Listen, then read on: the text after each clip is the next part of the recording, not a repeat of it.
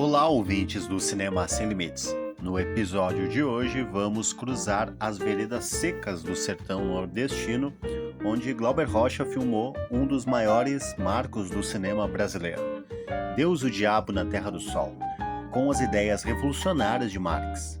Você vai aqui se preparar para refletir sobre fé, opressão, esperança, violência e justiça social através da lente do cinema e da crítica marxista. Lançado em 1964, Deus, o Diabo na Terra do Sol é mais do que um filme, é um grito. Um delírio seco e desesperado. Glauber Rocha transforma o sertão em um palco épico, onde camponeses miseráveis lutam contra um destino que lhes foi imposto por forças maiores, ou seriam forças mais abstratas. Bom, Deus, o Diabo, os coronéis, o exército, os beatos, os cangaceiros e muito mais.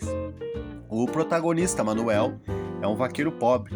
Após uma injustiça muito grande, ele rompe com o sistema opressor, ele mata o patrão e foge com sua companheira Rosa. No caminho, procura a salvação espiritual nos delírios místicos do beato Sebastião e depois busca justiça e vingança nas armas do cangaceiro Corisco. Entre Deus e o Diabo, Manuel tenta sobreviver. Mas Glauber nos mostra que no sertão não há salvação pela fé ou pela bala. O sertão é um lugar onde as promessas falham e o povo sangra. E é nesse solo rachado, onde a terra recusa o sustento e o céu recusa a bênção, que podemos enxergar, com os olhos de Marx, a verdadeira estrutura do conflito.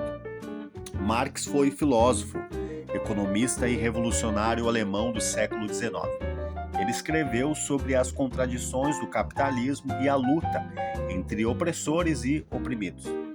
Para ele, a história da humanidade é a história da luta de classes, onde há dominação, há resistência, onde há exploração, há revolta. Bom, o sertão de Glauber não é apenas uma paisagem geográfica, mas um espaço simbólico da exclusão social. Manuel, o vaqueiro do filme, representa o trabalhador rural empobrecido, um sujeito que, sob a ótica marxista, é oprimido pela estrutura feudal disfarçada de coronelismo, que é uma herança do latifúndio que perpetua a desigualdade. O patrão de Manuel é o dono dos meios de produção, a terra, o gado, a economia. Mas e o Manuel? Bom, ele é apenas a força de trabalho. Quando ele se rebela, rompe com a lógica da submissão.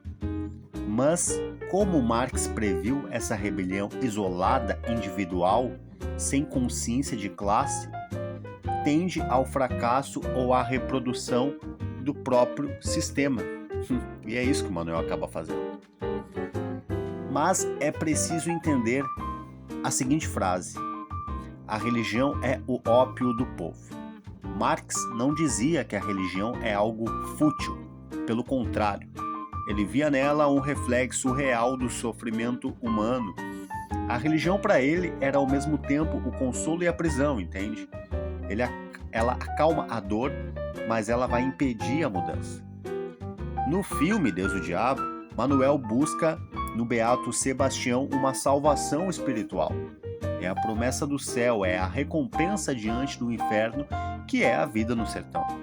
E o Glauber nos mostra uma religião que, longe de libertar, aliena. O beato, com sua fala inflamada no filme, repete um discurso de fé que exige obediência e sacrifício, mas nunca questiona a raiz social da desigualdade. Sob o olhar marxista, a fé do povo no beato é compreensível.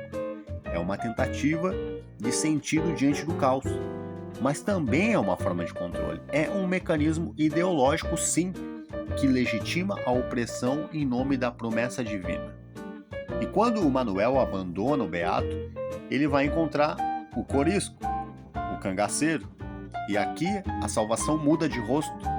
Sai do misticismo e entra na violência. É como se saísse Deus e entrasse o diabo. Então o Corisco promete vingança. Justiça abala, não é? Mas para Marx, a mudança verdadeira não se dá pela simples troca de personagens de poder. Matar o patrão não acaba com o sistema. A violência do cangaço não cria uma nova ordem, apenas perpetua o ciclo. O cangaço, nesse sentido, é uma utopia frustrada. Corisco quer ser um novo líder, mas sua estrutura é ainda personalista, autoritária, caótica, não é? O povo continua à margem. O sertanejo continua sem terra, sem comida e assim por diante. A crítica do Glauber Rocha é incisiva. Nem Deus, nem o diabo, nem o beato, nem o corisco. Eles não oferecem a verdadeira libertação. Em meio a esse caos simbólico, a Rosa, que é a companheira do Manuel, representa talvez a voz mais lúcida da narrativa. É ela quem percebe a loucura do beato. É ela quem se opõe à violência do corisco. Né? Rosa é a ação, ela é a ruptura, a consciência. Então, sob a ótica marxista, Rosa representa a possibilidade de uma tomada de consciência, que é o primeiro passo para a transformação social real. Ela não aceita a lógica da submissão nem a destruição. A Rosa é o grito da razão no meio do desespero místico e no meio da vingança armada do corisco. Entende? Então, é um filme muito interessante que a gente pode perceber esse poder sob vários aspectos. E se há um caminho possível, talvez seja o de Rosa. Enxergar o sistema, recusar suas promessas e buscar algo novo. Uma revolução que venha da base.